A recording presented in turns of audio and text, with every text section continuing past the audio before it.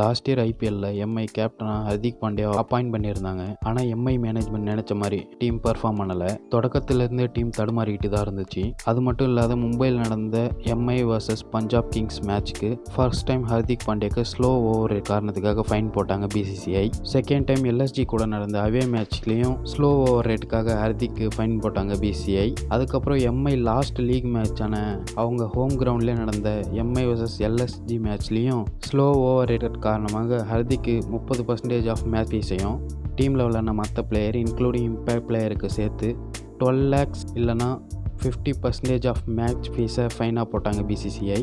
ஒரு சீசனில் 3 slow over rated fine வாங்கினதுனால ஹர்திக்கு அடுத்த மேட்ச் சஸ்பென்ஷன் கொடுத்துருக்கணும். ஆனால் அவங்க விளையாடின எம்ஐ வர்சஸ் எல்எஸ்ஜி மேட்ச் சீசனோட லாஸ்ட் கேம்ன்றதுனால அந்த சஸ்பென்ஷன் அப்படியே அடுத்த சீசனுக்கு கேரி ஆகிருக்கு.